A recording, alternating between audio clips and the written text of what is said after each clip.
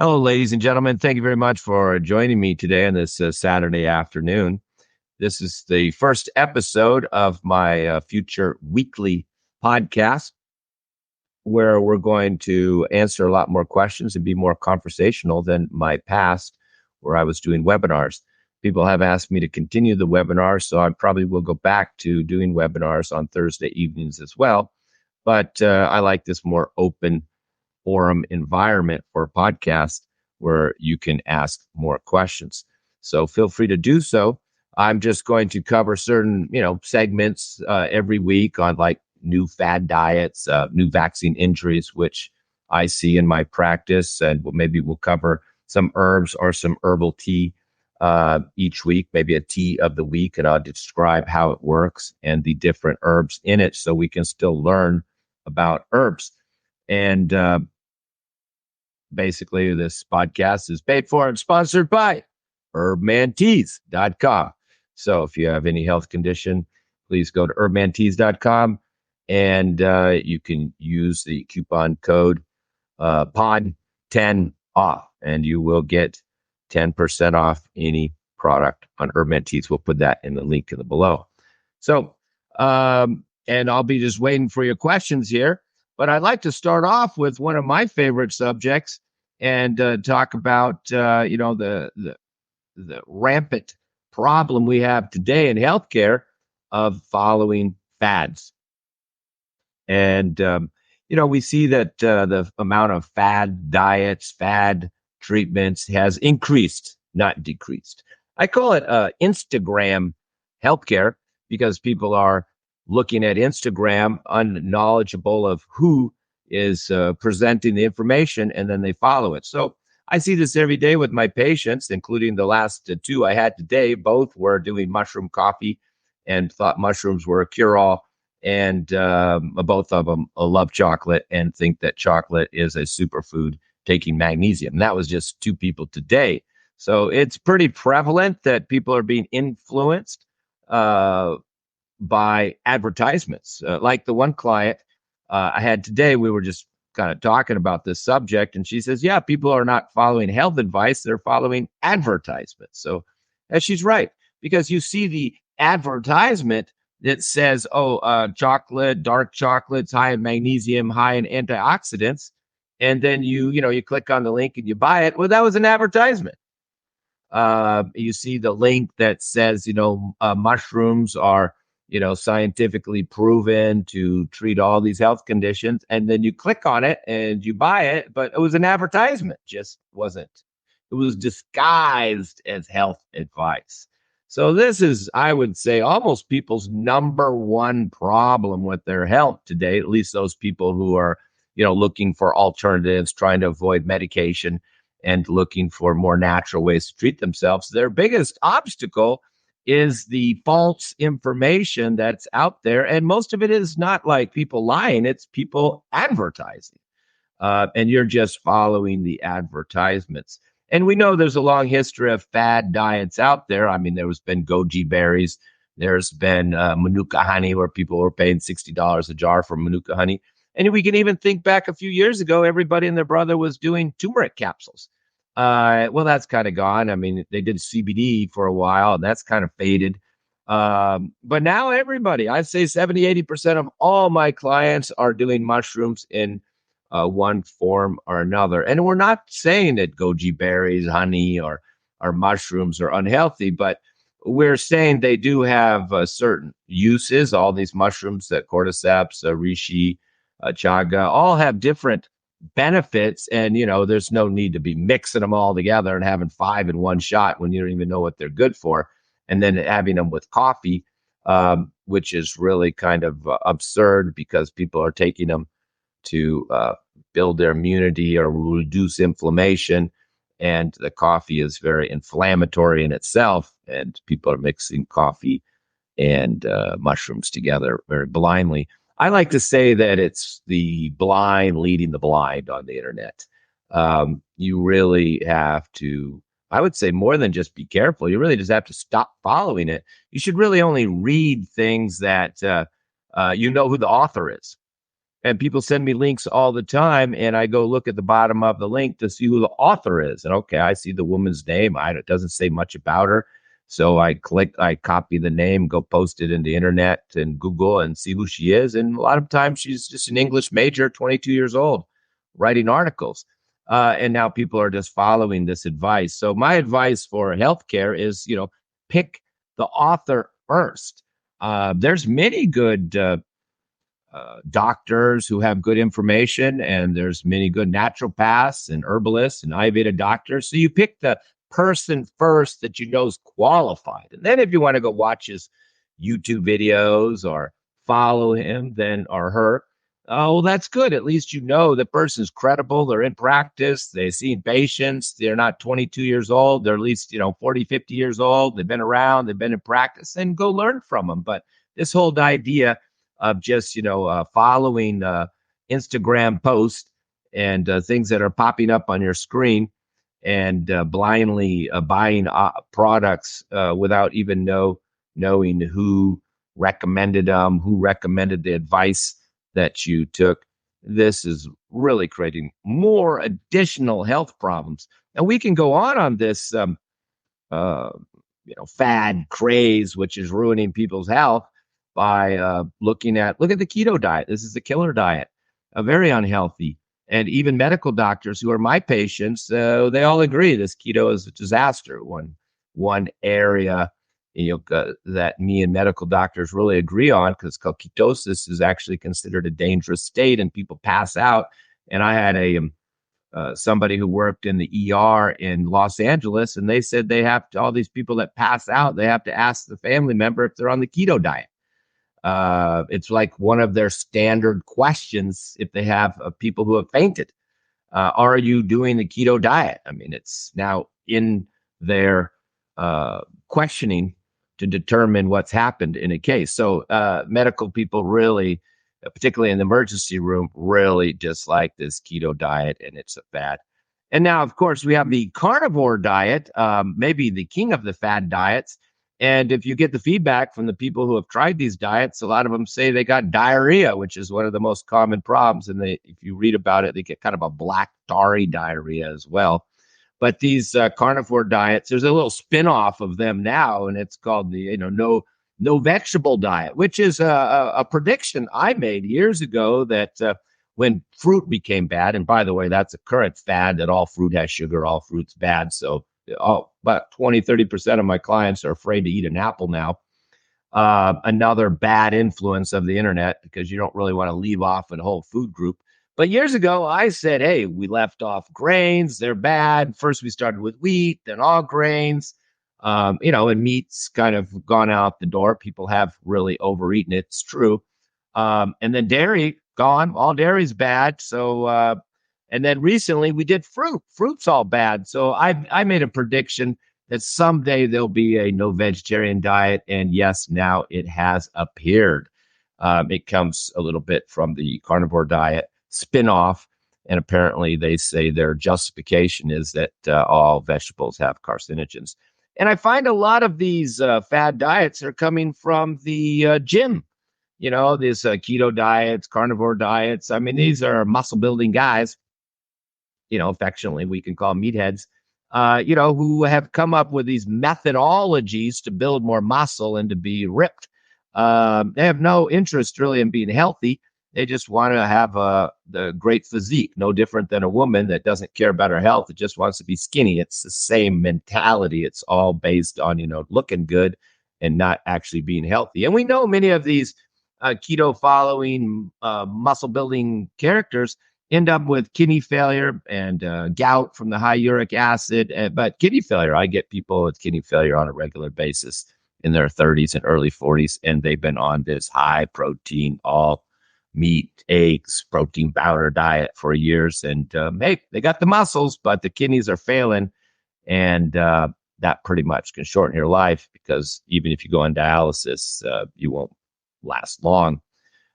So you have to really think about taking advice from bodybuilders. Probably your worst place to take health advice from is a gym. And there's a new one. We want to be every week. We're going to talk about new fad diets, and the new one is kind of the grazing diet. Maybe they think we're the same as a cow, and we have two intestines, and we can graze all day. But unfortunately, humans cannot. But the grazing diet is like nuts, protein powders, and all day long. And this is, of course, a disaster, as we know. All healthcare systems, Ayurvedic, ancient Greek, Hippocrates, Chinese, everybody knows that grazing is very unhealthy. It ruins your digestion. It kind of builds on the big fad of just eating nuts. Nuts are healthy. I mean, I'd probably say half of my clients are just eating nuts all day long, thinking it's a health food. And I tell people, don't stack on the nuts. And they say, no nuts. And I said, I didn't say no nuts. I said, stop snacking on them. So if you're a skinny person and you want to put on some weight, okay, have some nuts with your meal. But snacking on them, whether you're thin or overweight, particularly if you're overweight, it's going to put on weight. In fact, people tell me all the time, I lost a couple pounds just stopping the snacking. And they weren't even that overweight, but people who are overweight, snacking on nuts, protein bars, they're ruining their digestion, putting on more fat. So let's shoot me off some questions, because I can just keep going on these fad diets all day. The intermediate fasting that's come out, I mean, this has been another disaster. I get these thin women, and men that are, 105 pounds, 110 pounds, they've got degenerative bones, their hairs are falling out, their fingernails are cracking, splitting, their hair's dropping. And what are they doing? They're fasting, intermediate fasting. So, I mean, I said, well, that's exactly the worst thing you could ever do for your health, because you're depleted, you're dehydrated, so you're dry. So should be drinking more liquid. You got low in fat, your skin's thin, your bones are cracking, so you need more oil. Your teeth are falling out. I mean, your hair's falling out, your gums are receding. That's a sign of insufficient protein. What are they doing? They're fasting. When I tell them you should be having, more meals a day, and you got to put on some weight, particularly a postmenopausal woman, she's worried about her bones and she's fasting. I mean, you're not going to, and doing a vegan diet. So she needs to eat more, and she needs to have some dairy.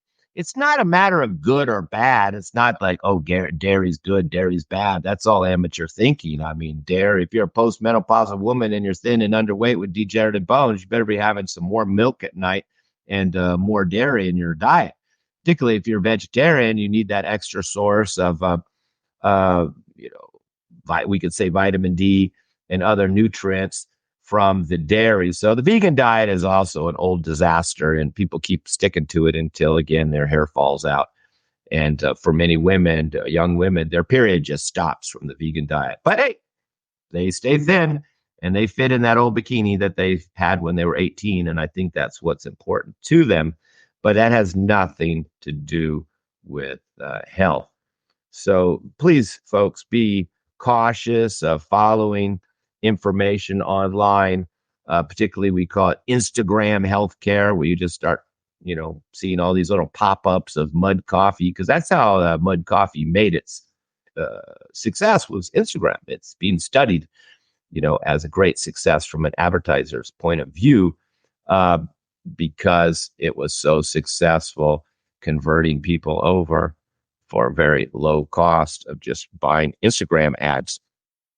It's the same with the chocolate. It all came from original advertisers.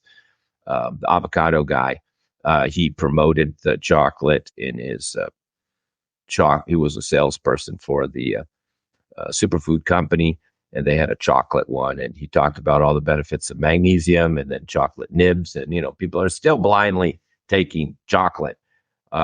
Even the dark chocolate, a chocolate bean in itself is inflammatory.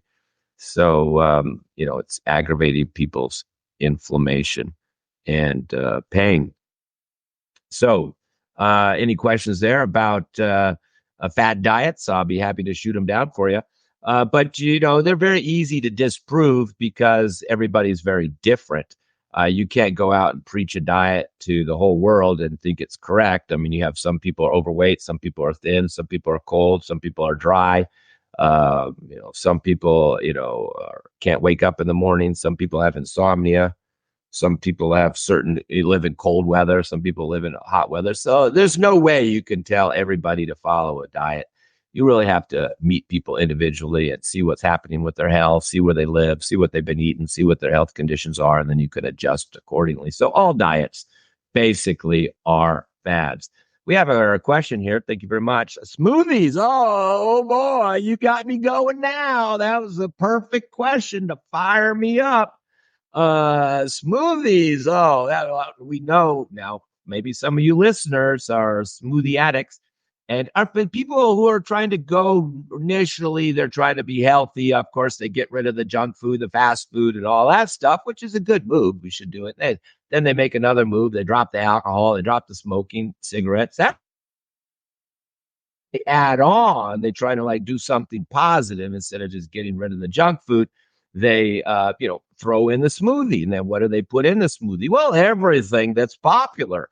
They got, you could throw in goji berries, coconut oil, manuka honey. What else is fad now? Turmeric powder. You can just throw just about everything in these smoothies. And of course, some frozen berries, some ice, and of course, kale. That was a big fad for a while, the kale smoothies, until it gave people IBS and they were bleeding out their colon, and that stopped a lot of people. I got a lot of IBS cases from the raw kale smoothies. But these smoothies, oh my God, they're a disaster to your health. One, there's many reasons. We could go on why they're so unhealthy, but one, the biggest problem is the cold. All cold food, particularly if you take it frozen berries and you put those in there, cold has always been unhealthy for your health. It lowers your body temperature, it ruins your digestion, it coagulates all of the endocrine glands, and it even lowers your thyroid output because the proximity to the thyroid to your esophagus.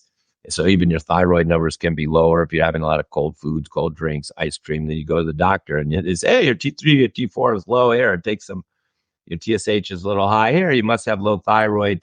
Take some of this thyroid medication here, thyroid replacement therapy. And it all came from them having cold food, because I've treated it many times. This isn't a theory. I've told people stop the ice cream, stop the cold smoothie, stop the cold drinks, eat warm food, and to go back and get tested again, and their thyroid numbers were fine.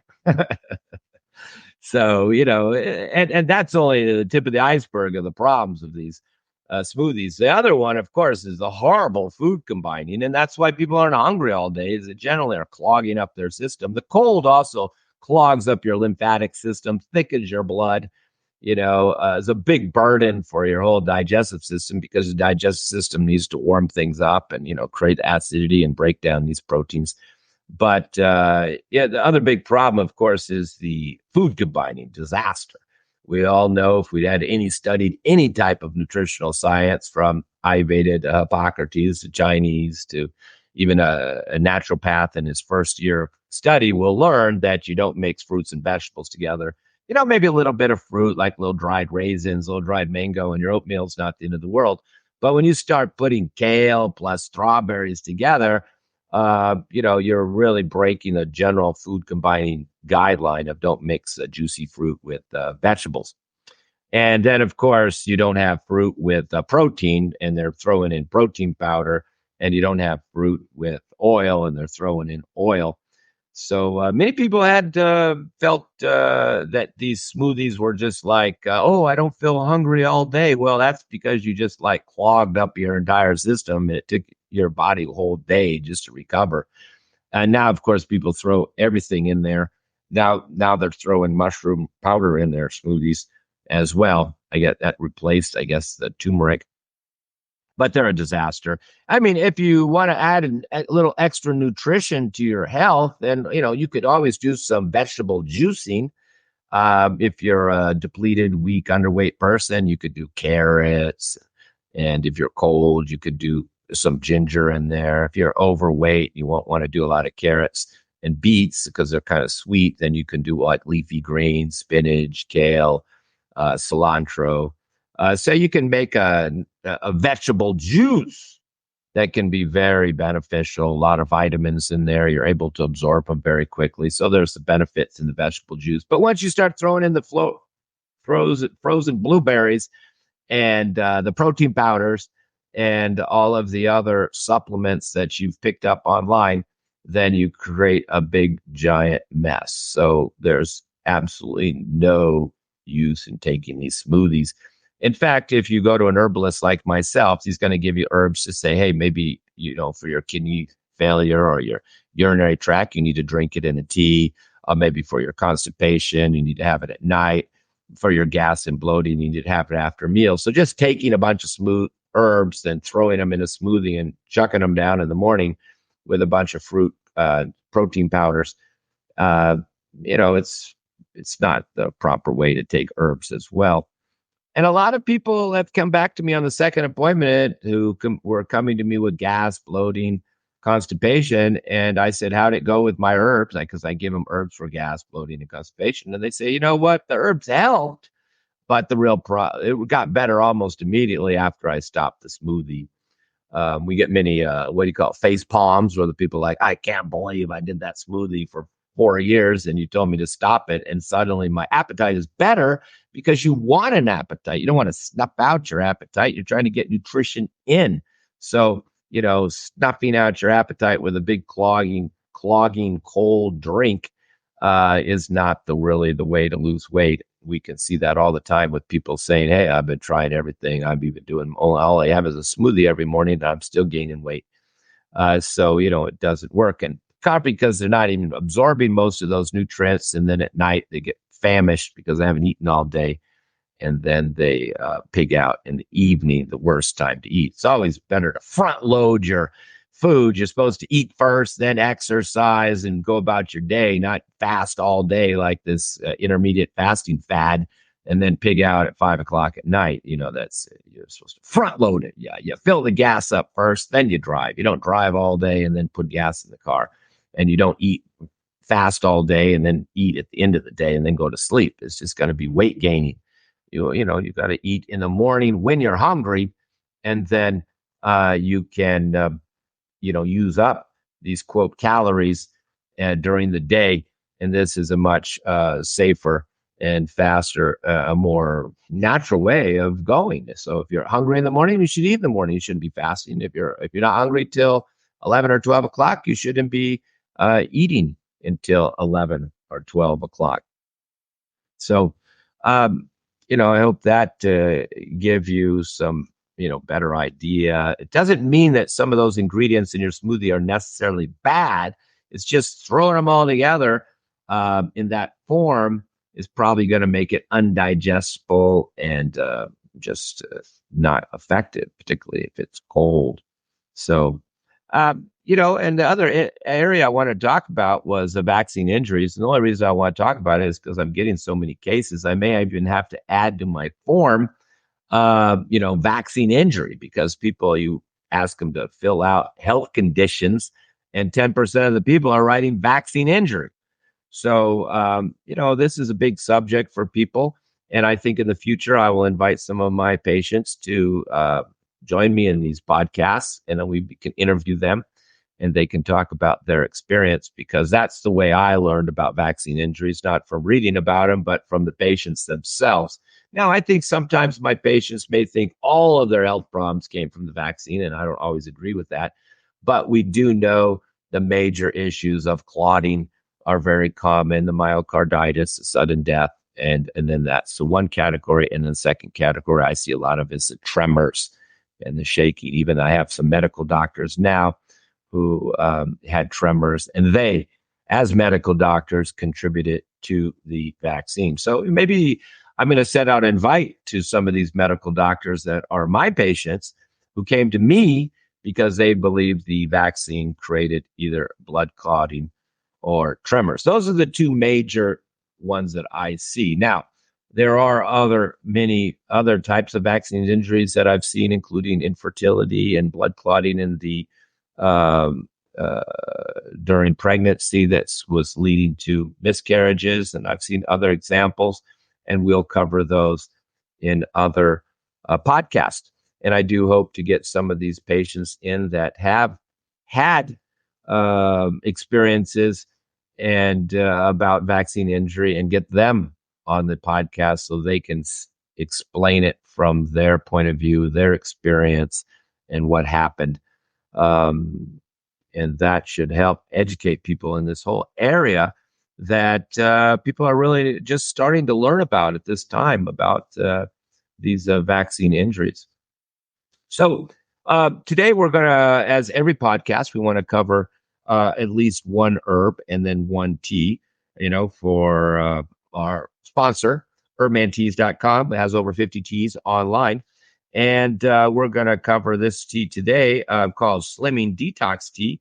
And it's got a herb in it. It's going to be our herb for the week, Garcinia fruit. Now, this is a wonderful herb for weight loss. And there's many fraud weight loss teas in the market. If you look at a lot of these weight loss teas in the market, you see they're just doing like senna, which is a strong laxative, and they are doing green tea. You can look, it says weight loss tea, and you got the little picture of the skinny woman, and behind her, you got the picture of her when she was overweight, and then you look at the ingredients, and all you see is green tea and senna. So this is a complete fraud.